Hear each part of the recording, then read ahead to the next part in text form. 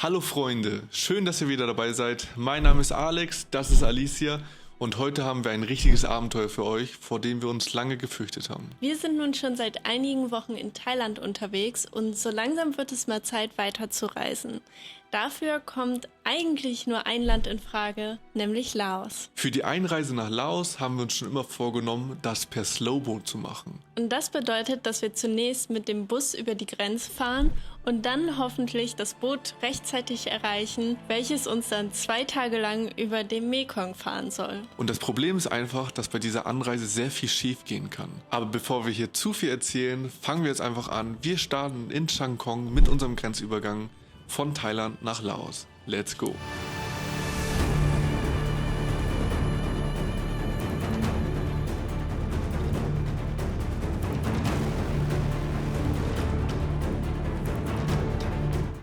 An der Grenze angekommen, mussten wir erstmal aus Thailand ausreisen. Dann ging es weiter per Bus über die Grenze, einmal über den Mekong zur Einreise nach Laos.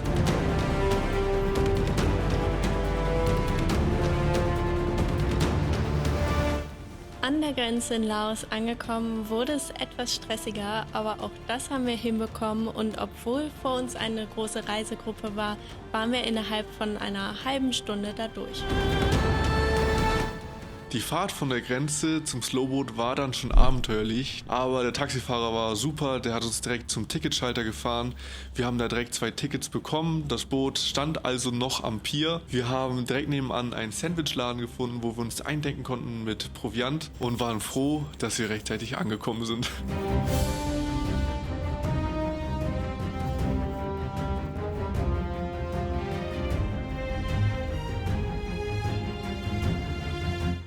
Und dann ging es endlich los. Das Abenteuer auf dem Mekong begann für uns.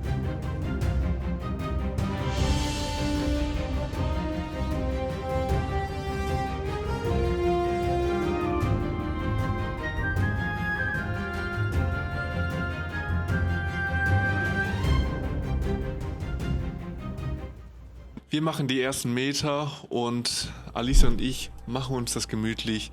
Wir trinken erstmal ein Bierchen, essen eins von unseren leckeren Sandwiches und entdecken das Boot.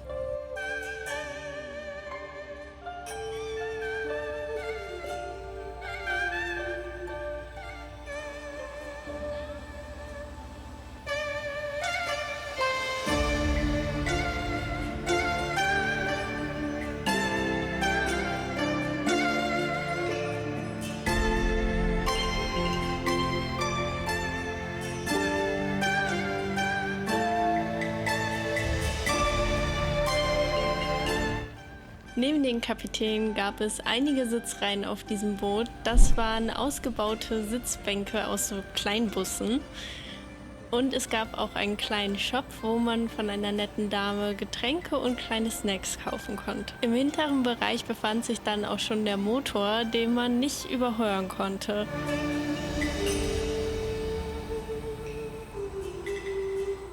Deswegen wurden auch da eher so die Rucksäcke gesammelt und es gab eine kleine Raucherecke.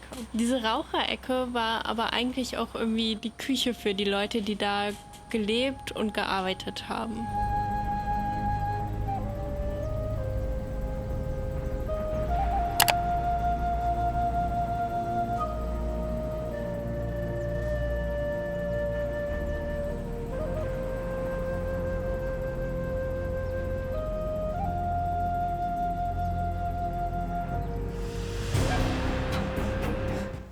Wir haben die Fahrt genossen und konnten gut abschalten. Ab und zu kam dann doch mal ein bisschen Aufregung auf, wenn ein Boot angefahren kam und keiner so genau wusste, was jetzt passiert.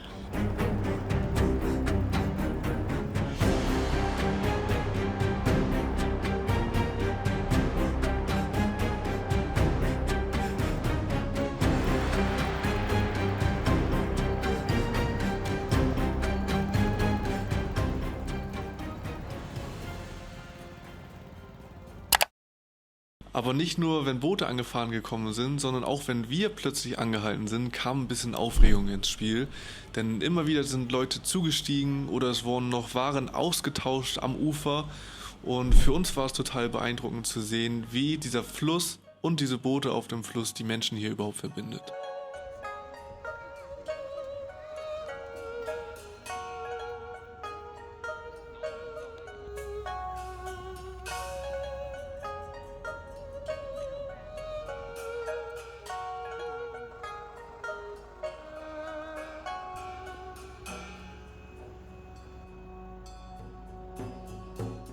Und als wir da so auf dem Boot saßen und an die Ufer geschaut haben, die Menschen gesehen haben, haben wir uns immer mal wieder gefragt, was die wohl für ein Leben führen.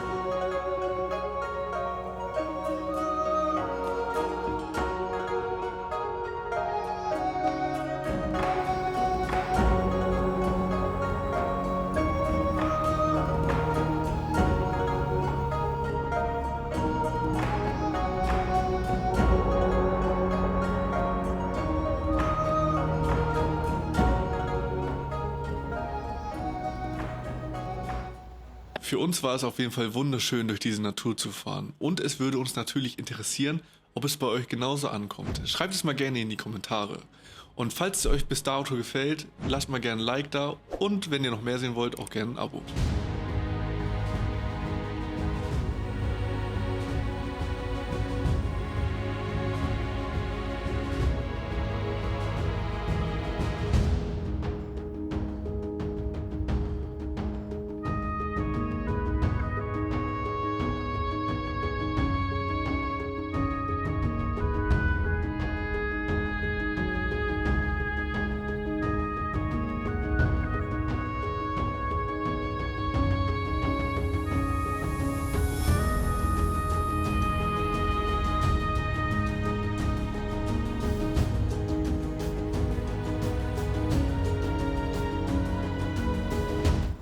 Wir sind gerade total entspannt und genießen den Blick aus dem Fenster, als so langsam wieder ein bisschen Stress auf dem Boot aufkommt. Ich glaube, wir sind da.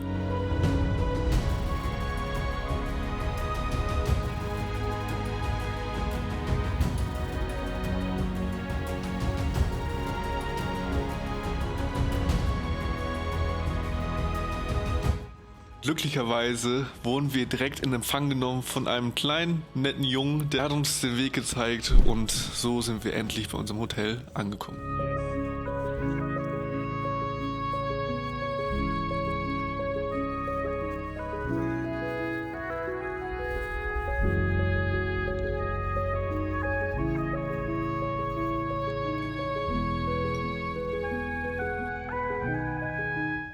Schon auf dem Weg zum Hotel haben wir schnell gemerkt, in was für einem kleinen Dorf wir hier gelandet sind. Ein paar Einkaufsmöglichkeiten, Restaurants und Gästehäuser, aber das war es auch schon.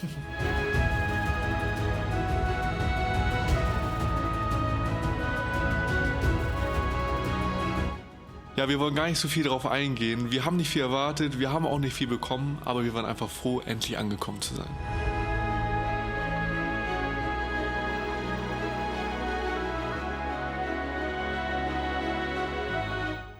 Frisch geduscht haben wir uns dann ins nächste Restaurant geschleppt und das erste Mal so richtig laotisch gegessen.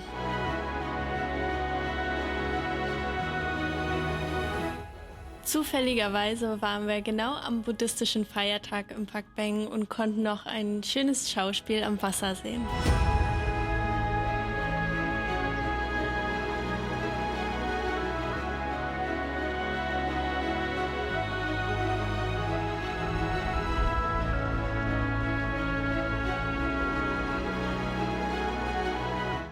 Danach sind wir aber auch total fertig ins Bett, wollten einfach nur schlafen und haben dann gemerkt, dass wir nicht ganz alleine im Zimmer waren. Das ist aber auch okay, wir wollten einfach nur pennen.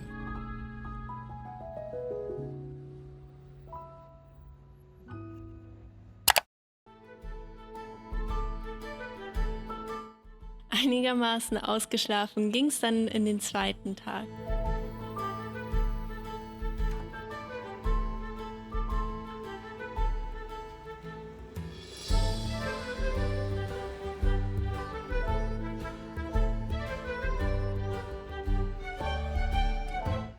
Ohne Kaffee, dafür ein leckeres Sandwich, bevor wir wieder zum Boot gelaufen sind.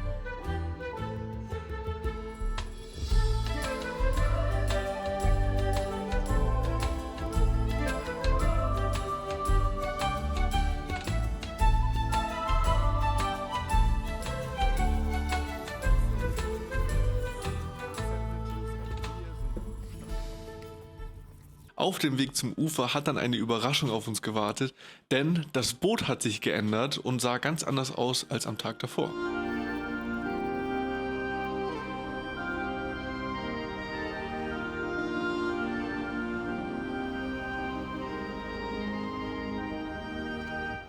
Spannend war es an diesem Morgen auch deswegen, weil gegenüber von Pak Beng ein Elefantenpark war und wir gelesen haben, dass da ab und zu die Elefanten morgens zum Trinken hinkommen.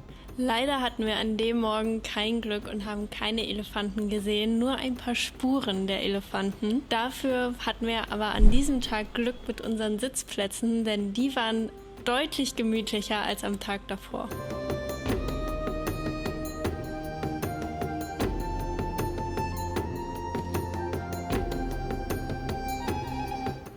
Wie am Tag zuvor haben wir uns das erstmal gemütlich gemacht, was gegessen, getrunken und danach das Boot erkundet.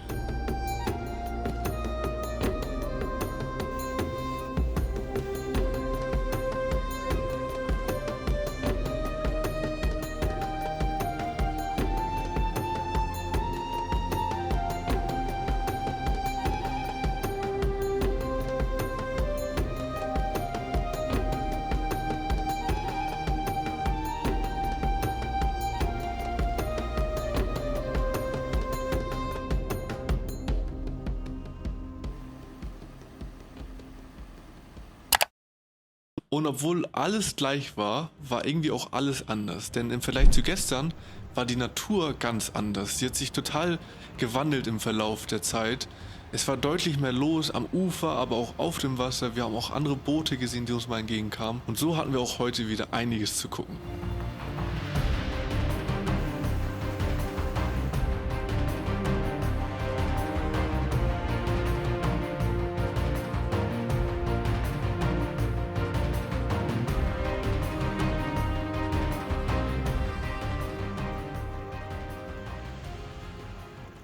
Aber nicht nur die Menschen am Ufer waren für uns interessant, denn auch die Menschen an Bord haben, glaube ich, ein ganz außergewöhnliches Leben. Der Kapitän zum Beispiel wird schon sein ganzes Leben auf diesem Boot mitfahren, denn es soll wahnsinnig schwierig sein, über diesen Mekong zu steuern. Es gibt unglaublich viele Strömungen, die sehr gefährlich sind und überall haben Felsen aus dem Wasser geschaut. Dementsprechend ist es gar nicht so einfach, da durchzusteuern.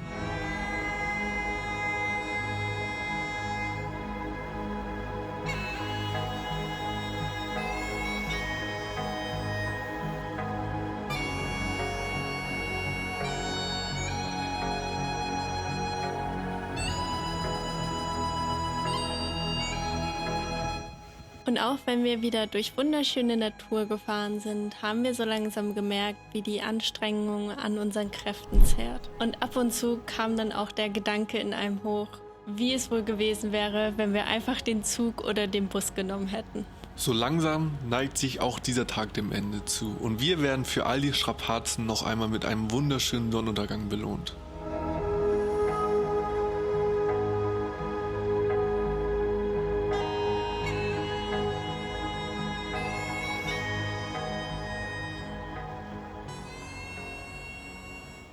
Und obwohl wir es noch gar nicht so richtig fassen können, halten wir plötzlich am Ufer an und merken, dass wir endlich in Luang Prabang angekommen sind.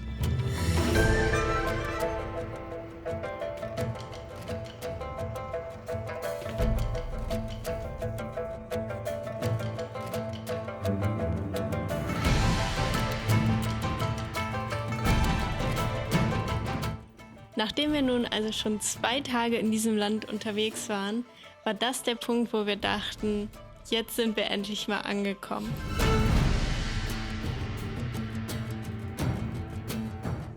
Allerdings wartete auf uns noch eine spannende Tuk-Tuk-Fahrt mit einem Fahrer, der noch seinen Schlüssel verloren hat und uns vielleicht auch ein bisschen abgezogen hat. Aber wir waren einfach nur froh, dass wir gut zu unserem Hotel gekommen sind.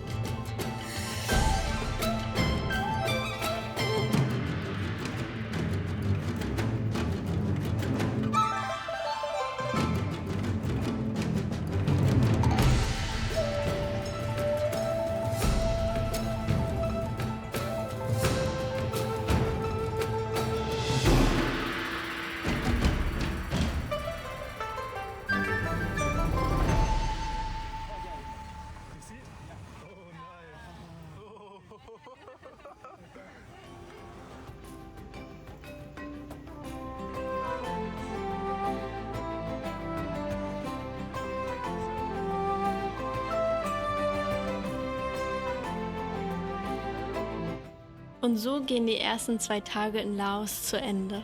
Wir sind wahnsinnig dankbar dafür, dass wir uns überwinden konnten und diese Slowboat-Tour gemacht haben. Aber es war auch erst der Anfang von unserer Zeit hier in Laos, also seid gespannt, was da noch kommt.